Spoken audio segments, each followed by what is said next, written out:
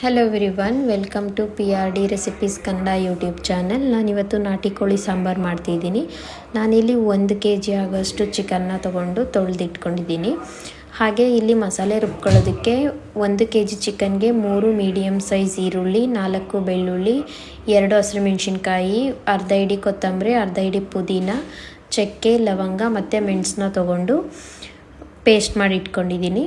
ಹಾಗೆ ಇಲ್ಲಿ ಕುಕ್ಕರ್ ಇಟ್ಟು ಕುಕ್ಕರ್ಗೆ 2 ಟೇಬಲ್ ಸ್ಪೂನ್ ಆಗೋಷ್ಟು ಆಯಿಲ್ನ ಹಾಕಬೇಕು. ಆಯಿಲ್ ಬಿಸಿ ಆದಮೇಲೆ ರುಬ್ಬಿಟ್ಕೊಂಡಿರೋ ಅಂಥ ಮಸಾಲೆನ ಸೇರಿಸಿ, ಮಸಾಲೆ ಹಸಿ ಸ್ಮೆಲ್ಲೆಲ್ಲ ಹೋಗಿ ಸೈಡಲ್ಲೆಲ್ಲ ಆಯಿಲ್ ಬಿಟ್ಕೊಳ್ಳೋವರೆಗೂ ಒಂದು 5 ಮಿನಿಟ್ಸ್ ಇದನ್ನು ಫ್ರೈ ಮಾಡ್ಕೋಬೇಕು.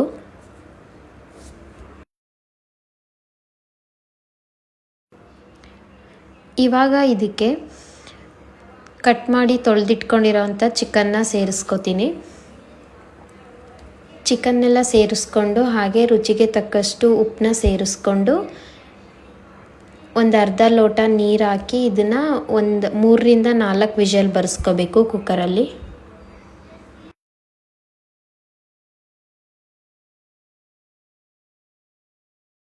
ಇಲ್ಲಿ 4 ವಿಷಲ್ ಹಾಕಿಸ್ಕೊಂಡಿದ್ದೀನಿ.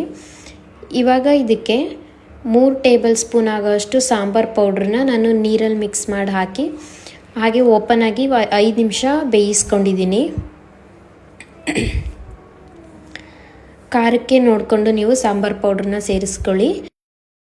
ನಾನಿಲ್ಲಿ ಕಾಯಿ ಮಸಾಲೆ ರುಬ್ಕೊಳ್ಳೋದಕ್ಕೆ ಅರ್ಧ ಹೋಳು ಆಗೋಷ್ಟು ತೆಂಗಿನಕಾಯಿ, 2 ಟೇಬಲ್ ಸ್ಪೂನ್ ಆಗೋಷ್ಟು ಕಡಲೆ, 1 ಟೇಬಲ್ ಸ್ಪೂನು ಗಸಗಸೆ, 1 ಟೊಮೊಟೊನ ತೊಗೊಂಡು ಫೈನ್ ಪೇಸ್ಟ್ ಮಾಡಿ ಇಟ್ಕೋತೀನಿ.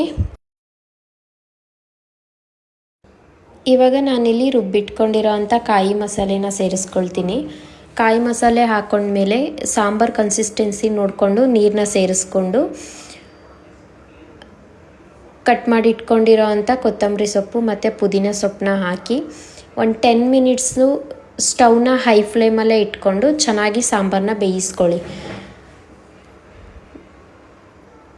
ಈ ಥರ ಮಾಡೋದ್ರಿಂದ ಸಾಂಬಾರು ತುಂಬಾ ಟೇಸ್ಟಿಯಾಗಿ ಬರುತ್ತೆ. ಈ ಥರ ನೀವು ನಿಮ್ಮ ಮನೇಲಿ ಟ್ರೈ ಮಾಡಿ. ನಿಮಗೆ ಈ ರೆಸಿಪಿ ಇಷ್ಟ ಆದರೆ ನನಗೆ ಕಮೆಂಟ್ ಬಾಕ್ಸಲ್ಲಿ ತಿಳಿಸಿ. ಹಾಗೆ ನನ್ನ ಚಾನಲ್ನ ಸಬ್ಸ್ಕ್ರೈಬ್ ಮಾಡ್ಕೊಳ್ಳಿ. Thank you all.